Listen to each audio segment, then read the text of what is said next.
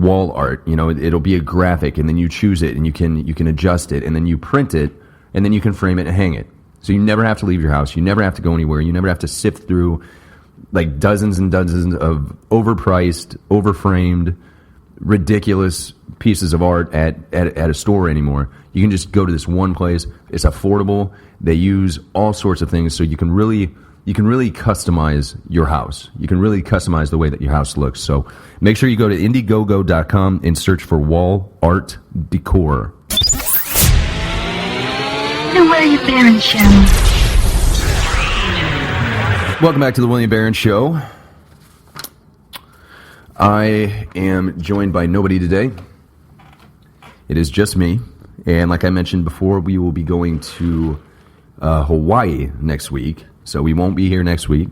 And like I also said, Danielle and I might get a little drunk and maybe do a live podcast, at which point anybody who has the app can actually, you'll be notified that we're live, that we started a new episode.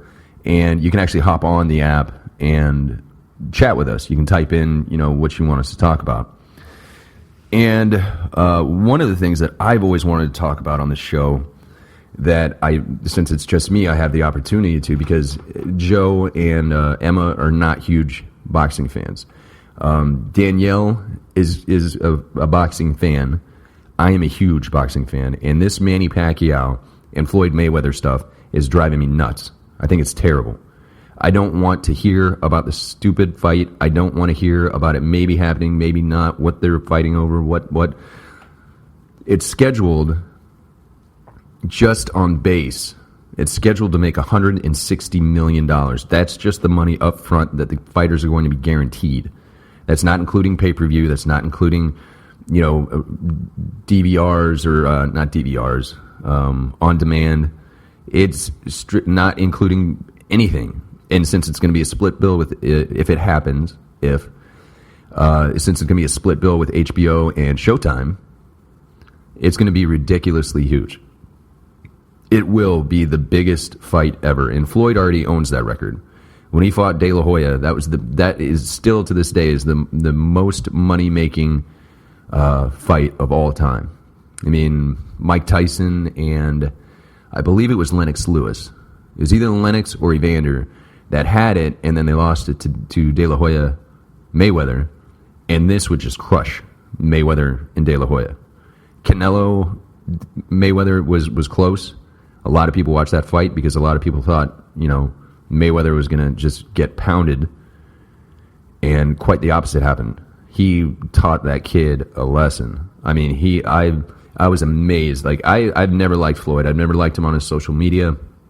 I don't like seeing how many gold watches he has or how many bitches he's with or what kind of cars he has or anything like that. And he just seems to be a little bit too arrogant about it. So I've never liked him as a celebrity, I guess I should say.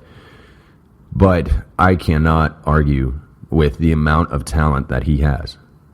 Forget the fact that he's 49-0. He's never lost a fight. He never drew on a scorecard.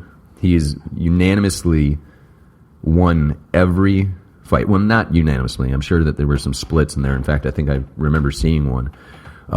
But overall, he is just a fantastic boxer. And I've seen Manny. I've watched Manny in person when we were in Vegas. I was there for the Timothy Bradley Pacquiao fight that was so controversial. I've seen him in person. I've watched almost all of his fights, especially against Marquez, because those fights are always awesome. And just to his credit, he got knocked. And to his credit, he got laid out by Marquez, and he got back up, and then he just destroyed the next, I don't know how many people. I think there's been 3 fights, and he's beat them all pretty handily. So I no longer care about this particular fight. If they, and if they don't fight each other, I'm not going to watch another Manny Pacquiao or Floyd Mayweather fight ever. I will not. I think it's tragic what they're doing right now. It's so unfair to their fans that they can't, for the largest amount of money in boxing history, get either over your fear. I don't I don't know if I can't imagine that Floyd's scared of Manny. I can imagine that Pacquiao has to be a little bit scared of Floyd because he is such a defensive fighter and Manny is so aggressive that, I mean, Manny could, potentially open himself up and get hit on the chin. But I just think that, this fight is so overblown. I'm not going to talk about it ever again unless the fight happens. And then we will revisit it. But I'm done. Done. So, Floyd, Manny, make it happen. I'm going to go ahead and take a cigarette break, but before I go, the Uber fact of the week is Slave for You. You know the song? Slave for You by Britney Spears.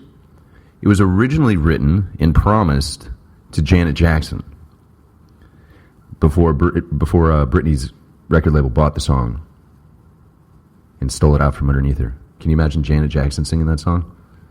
I can't tell if that's hot or not. I don't know. But anyway, I'm going to take a quick smoke break, and I will be back. We went to our social media accounts and asked you to start sending us questions that we could answer on the show, and I will be right back to handle a couple of those. Thank you guys for listening to the William Barron Show. The William Barron Show. Welcome back to the William Barron Show. It's that part of the show where we go to our Twitter accounts and our Instagram accounts and our Facebook accounts and our emails, and we answer questions brought to you by the people. The answers that people want to know. And unfortunately, since we just started doing this, I really wanted to have the whole crew here to be able to answer some of these questions. But alas, they are not, so I'm going to go ahead and do it. This is coming from Andy. Is the death penalty right? Well, that's a little bit morbid of a topic, but in my opinion, I absolutely think it is. I mean, depending on the crime, I'm much in favor of the eye for an eye sort of approach. I think rapists should be raped and put in prison for the rest of their lives. Raped on the reg, not on the rag, but on the reg. I think that child molesters should be castrated and not allowed to do that sort of thing anymore. I think anybody who murders somebody for no reason definitely deserves the death penalty. I think obviously our prison systems are overcrowded, and taxpayers are paying for them to eat 3 squares a day, be able to lift weights and play basketball. And I mean, obviously I know that there are some criminals that don't get all those perks, but still it's a drain on our economy. And I think that in the right cases, yes, the death penalty is absolutely correct. This is from Stacy. Do you make your bed every day? This is interesting. Me and Danielle, we just got a new bedroom set. And we are kind of like, we're revamping our house. We want to put it back. We want to put it on the market.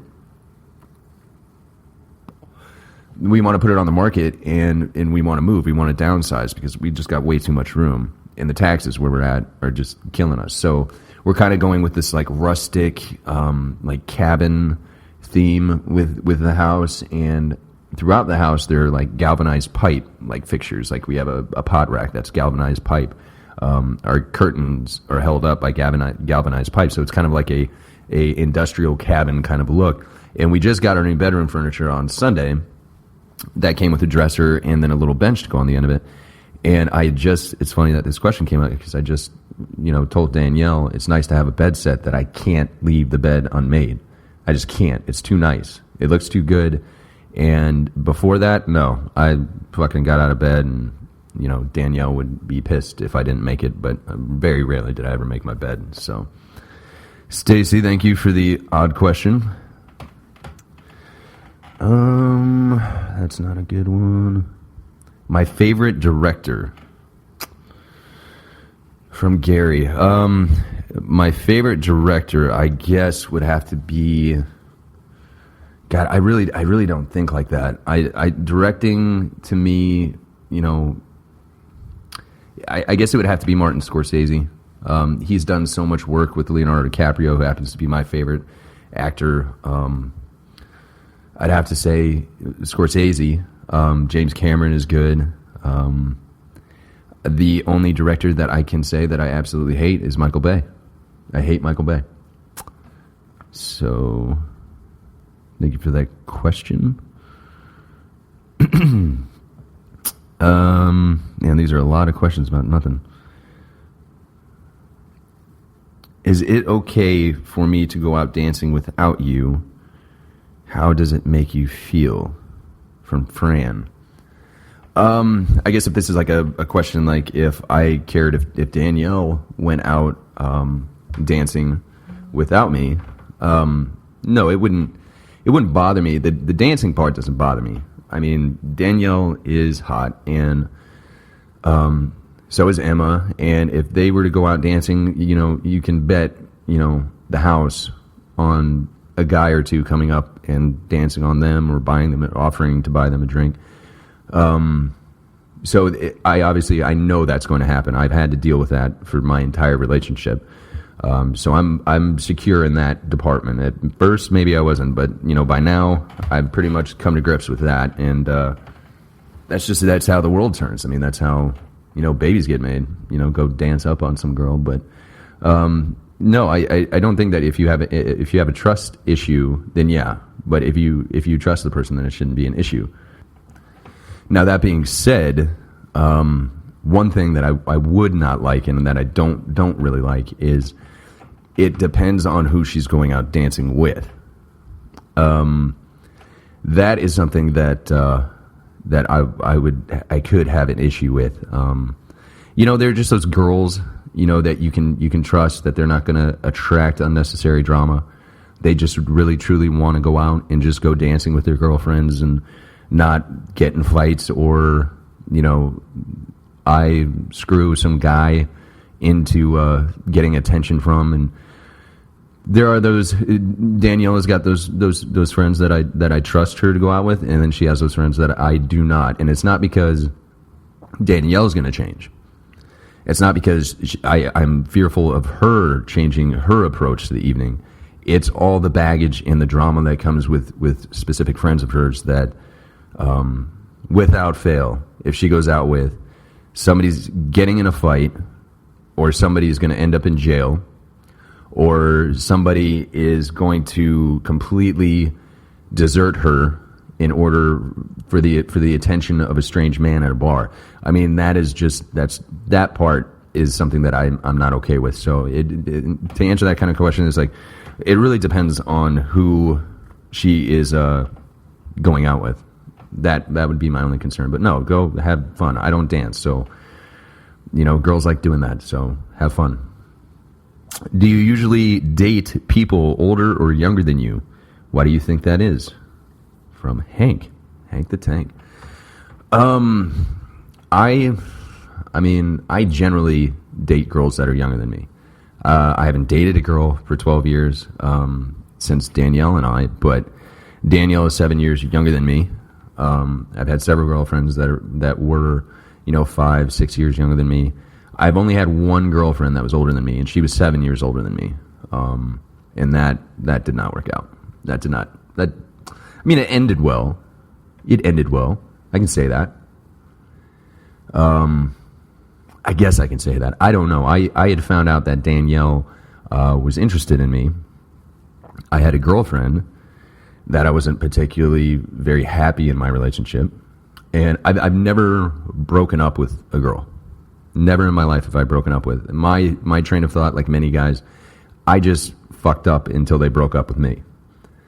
Whether that be cheating on them or going out all the time or not taking into consideration their feelings and all that stuff.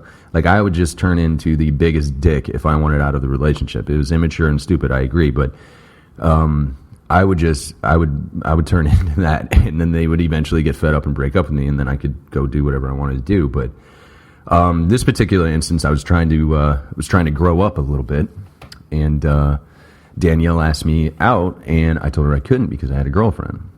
And she said, well, she doesn't need to know about that, which was a little little risque. But I told her I couldn't. So I left work that day.